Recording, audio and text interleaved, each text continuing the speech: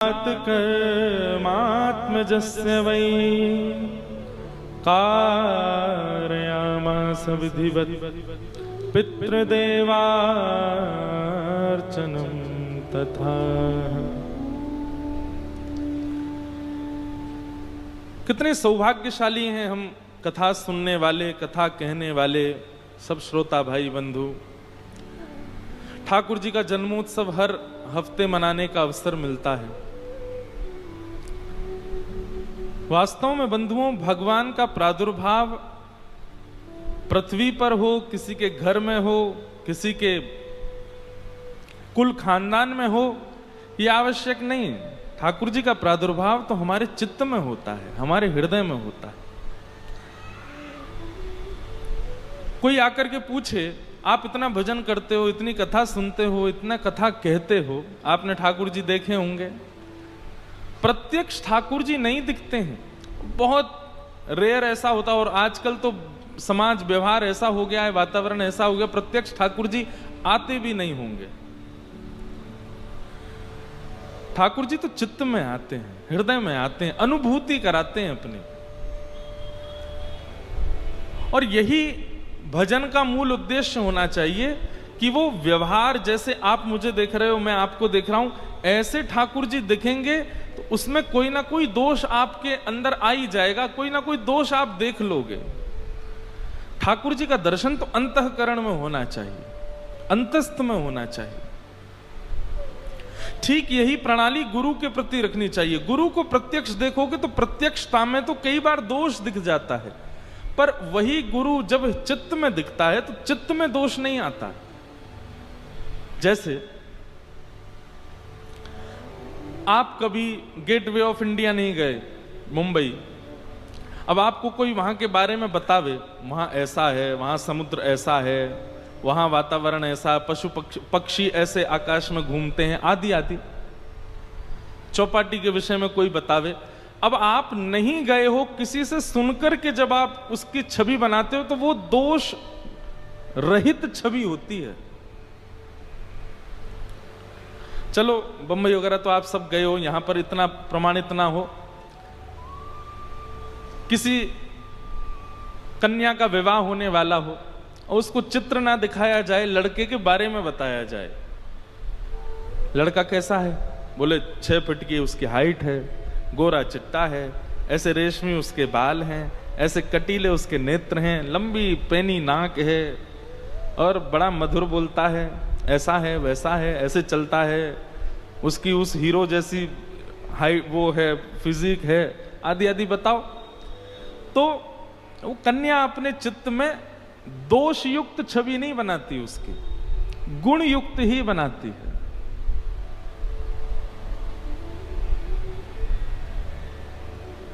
दोष कब दिखता है? जब ब्याह हो जाता है। ब्याह हो गया, उसके 1 साल बाद, 1.5 साल बाद, 2 साल बाद, 4 साल बाद, अब अनुभवी लोगों को पता होगा कितने साल बाद, उसमें फिर दोष दिखने लग जाते हैं। वो बात अलग है कि हम प्रेम के कारण उस दोष को ज्यादा प्रकट नहीं करते, पर दोष फिर भी दिख जाता है। और कभी कभी लड़ाई झगड़ा होता है तो वो कह भी देती है, बोले मम्मी ने ऐसा बोल दिया था कि तुम ऐसे हो, इसलिए मैंने ब्याह किया, नहीं तो मुझे क्या पता था तुम ऐसे हो। तो जब आप किसी को चित्त में धारण करते हैं तो चित्त जो है वो दोष रहित छवि धारण करता है, लेकिन प्रकट रूप में जब उसी व्यक्ति के संग निवास करते हो तो उसमें दोष दिख जाता है। इसलिए हमारी ठाकुर जी से प्रार्थना है, और ठाकुर जी से प्रार्थना का यही मूल भाव है, ठाकुर जी चित्त में ही आते हैं, क्योंकि चित्त में आने पर उनमें दोष, ठाकुर जी में दोष है नहीं, हमारी दृष्टि में दोष है। हम दोष देखते ही हैं, हमारा स्वभाव हो चुका है ऐसा, हम बिना दोष देखे रह नहीं सकते। तो कहीं प्रत्यक्ष ठाकुर जी में दोष दिख जाए, इसलिए ठाकुर जी चित्त में ही विराजमान रहते हैं। आज ही एक माता जी मुझसे बोली, आप इतनी कथा करते हो, आपने भगवान तो देखे होंगे। मैंने कहा मैया देखो, ठाकुर जी प्रत्यक्ष दिखें ऐसी कामना नहीं होती, तो है, पर कब की होती है? बोले जब प्राण निकलने वाले हो ना, उससे पहले ठाकुर जी एक क्षण दिख जाना, बाकी तब तक क्या करना, आप केवल चित्त में ही अनुभव कराते रहना, क्योंकि आप में दोष नहीं है नाथ, पर मेरी दृष्टि बिना दोष देखे रहती नहीं है। मुझे मेरी अपनी दृष्टि पर विश्वास नहीं। तो श्री कृष्ण का प्रादुर्भाव, ये जन्माष्टमी उत्सव, ये नंद उत्सव हमारे चित्त में ही होता है। इसलिए श्रीमद् भागवत में लिखा, नंदस्त्वात्मज उत्पन्ने जाता ह्लादो महामनाः। ठाकुर जी के प्रकट होते ही गोकुल में क्या होने लगा? बोले समस्त ब्रजवासियों के चित्त को परम सुख की अनुभूति होने लगी, परम आनंद आने लगा सबको। और यही होता है, ठाकुर जी के आने पर सुख मिलता है, आनंद मिलता है। फिर अव्यवस्था हमको विचलित नहीं करती, फिर दुनिया का कोई और प्रपंच हमको विचलित नहीं करता। बस उस समय ऐसा लगता है ये सदा ऐसे ही बैठे रहें, हम इनका दर्शन करते रहें। ये अनुभव, ये अनुभूति अद्भुत है।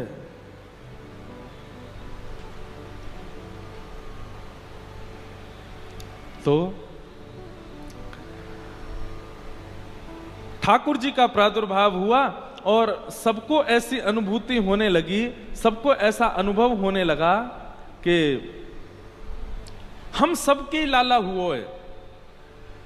सब ब्रजवासी अपने घर के बंधन बार सजा रहे हैं, कोई अपने घर में पूजा बैठा रहे हो, कोई ब्राह्मणन को बुला रहे हो, कोई पूछ रहे हैं भैया तुम काहे को ब्राह्मण भोजन करा रहे हो, तुम काहे को यज्ञ अनुष्ठान करा रहे हो, लाला तो नंद बाबा के भयो, तुम काहे को उत्सव मना रहे हो।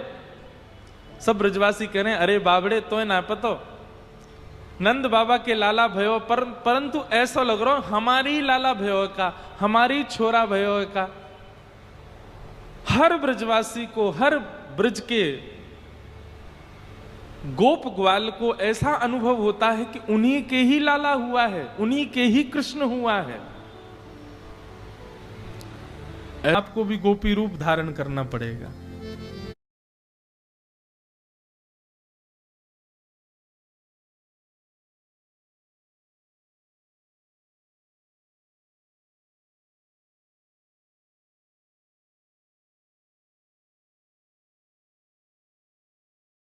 हो जाओ, अपने किसी क्रिया का, अपने किसी कर्म का अभिमान आपके भीतर आ जाए तो ठाकुर जी विमुख हो जाएंगे। कभी किसी वैष्णव का अपराध मत करो और मान रहित रहो, ठाकुर जी सदा आपके सन्मुख रहेंगे, सदा संग रहेंगे। गोपियां सब कहने लगी ठाकुर जी अब नहीं जाने देंगे। भगवान बोले हम जाएंगे भी नहीं, अब आप मान रहित हो गई हो। तो जितनी गोपी उतने ठाकुर जी ने रूप धारण कर लिए। पहले तो रास हुआ, अब ठाकुर जी महारास कर रहे हैं।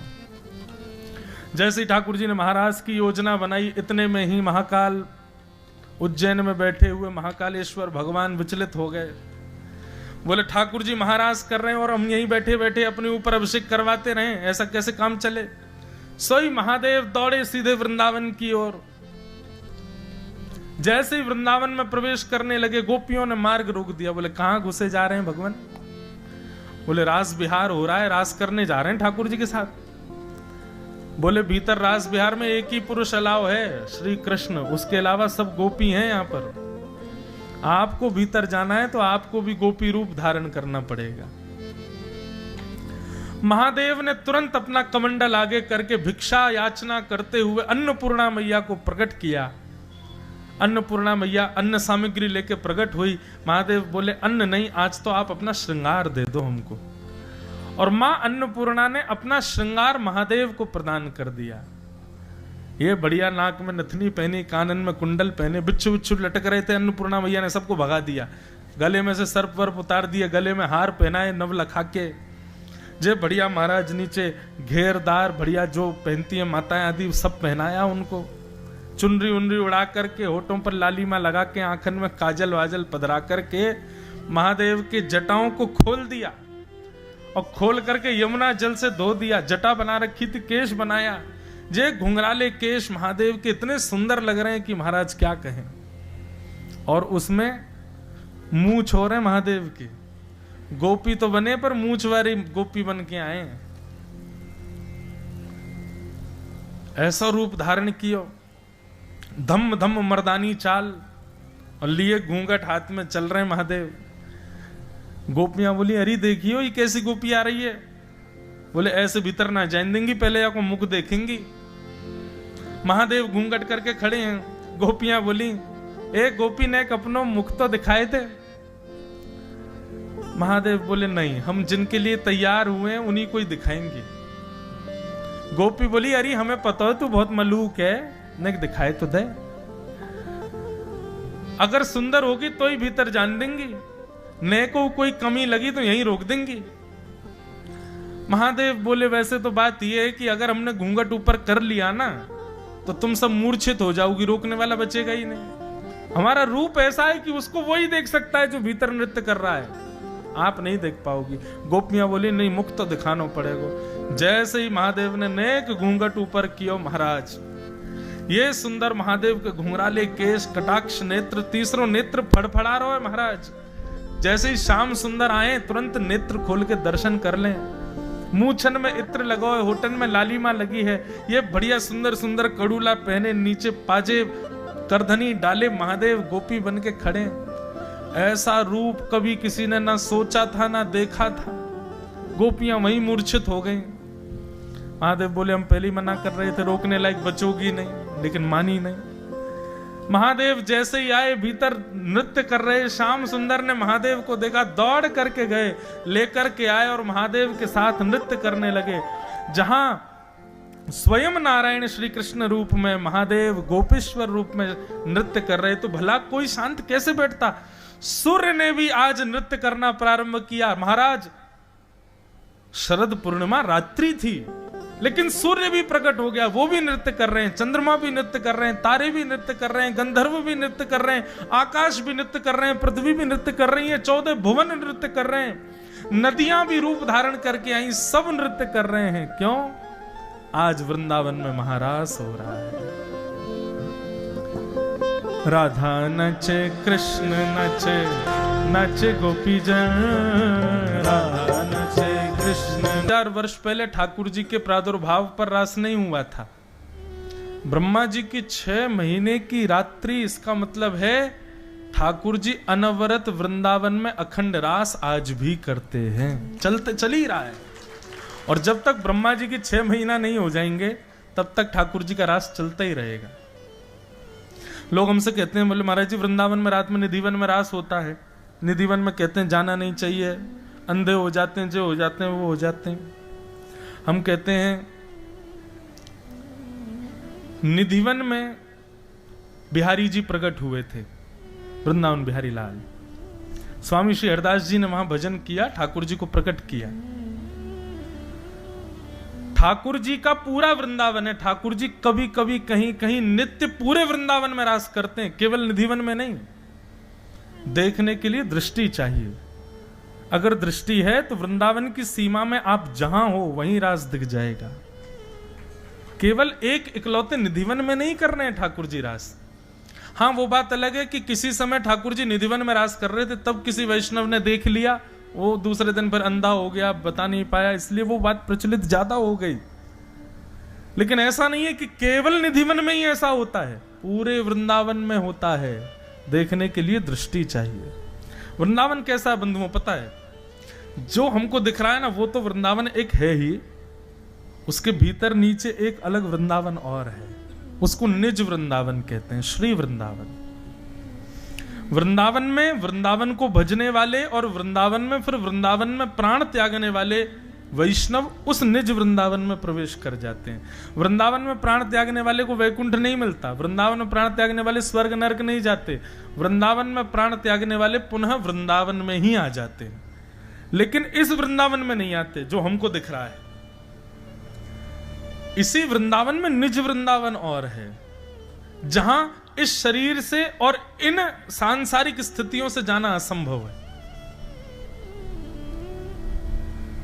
मैं कथाओं में बताया करता हूं, वृंदावन में और निज वृंदावन में अंतर क्या है। वृंदावन में आपको बिहारी जी, राधा रमण जी, राधा वल्लभ जी, ये सब मिलेंगे वृंदावन में। लेकिन निज वृंदावन में जब आप जाएंगे तो वहां बिहारी जी का मंदिर है, लेकिन मंदिर में जैसे ही जाओगे तो बिहारी जी एक जगह खड़े हुए नहीं मिलेंगे। कहो तो ऊपर बैठे हो अटारी पे, कहो तो नीचे आपके पास, अरे खाली आता है मुकू को छुले के ना आयो, चल खवा मुकू। ठाकुर जी वहां बिल्कुल चैतन्य भाव से विचरण कर रहे हैं। निज वृंदावन में कभी हल्ला हो जाएगा, बोले अरे भैया सब लोग चलो यमुना जी पे श्यामा श्याम लीला कर रहे हैं, सब जाके यमुना तट पर बैठ जाएंगे, तभी एक दिव्य मंच प्रकट यमुना जी में हो जाएगा और श्यामा श्याम अष्ट सखियों के साथ वहां रास विहार कर रहे हैं, सबको दर्शन होगा। ये निज वृंदावन है। निज वृंदावन में स्वामी श्री हरदास जी महाराज, भक्तिमती मीराबाई, कुम्मन दास जी, सूरदास जी, गोविंद स्वामी जी, चीत स्वामी जी, सब हैं निज वृंदावन में। वो कहीं जाते थोड़ी हैं, वहां प्रिया प्रियतम का नित्य रास विहार चलता रहता है।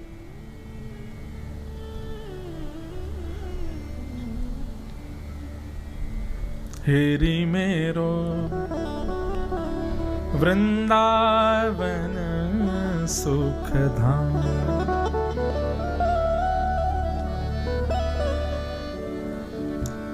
प्रिया लाल को लाढ़ लढ़ावत, प्रिया लाल को लाढ़ लढ़ावत, कोटिक पूर्ण काम, कोटिक पूर्ण काम, हेरी मेरो वृंदावन सुख धाम, हेरी मेरो वृंदावन सुख। हम सप्ताह कथा में रस की चर्चा कम करते हैं, नहीं तो फिर वही होगी, कथा नहीं हो पाएगी। इसलिए हमने साल में कुछ दिन रखे हैं, उसमें हम केवल ठाकुर जी की रस चर्चा करते हैं, अंतरंग लीलाएं उन पर थोड़ा, और फिर उसके लिए थोड़ा ये भी देखना पड़ता है कि भाई वही सुने जो उपयोगी हैं, जो अधिकारी हैं। अनधिकारी यदि लीला में बैठा है और सुन रहा है तो निश्चित है वो ठाकुर जी की लीला में संशय देखेगा, और उसने यदि संशय देखा तो अपराध हमको लगेगा कि तुमने सुनाई क्यों, उसको संशय दिख रहा है मेरी लीला में।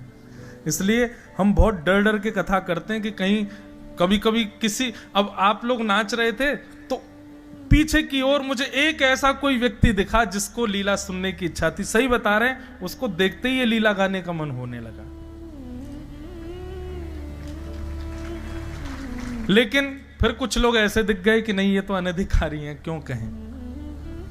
आप लोग ये मत सोचना हमारा नंबर है उसमें, अब ये हमारी दृष्टि की बात है। सब अधिकारी हैं, इसीलिए इस पंडाल में बैठे हैं, और उस लीला तक जाने के लिए ही आप लोग अभी कथा सुन रहे हो कि उस स्थिति में आ जाओ कि वो लीला सुन सको।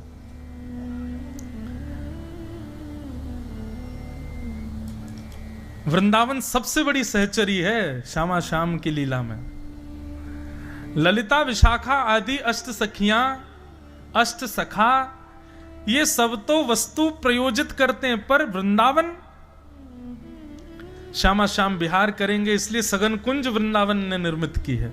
श्यामा श्याम लीला विहार करेंगे इसलिए सुंदर रज प्रकट की है। श्यामा श्याम लीला विहार करेंगे इसलिए यमुना वृंदावन ने प्रकट की है। ऐसा वृंदावन अद्भुत है बंधुओं वृंदावन। तो ये 6 महीने ब्रह्मा की रात्रि का अभिप्राय क्या है? बोले अनेक युगों तक, युगों तक ठाकुर जी वृंदावन में रास करते रहेंगे। देखने के लिए दृष्टि चाहिए, देखने के लिए वो दर्शन की दृष्टि हो। आज भी रास कर रहे हैं ठाकुर जी।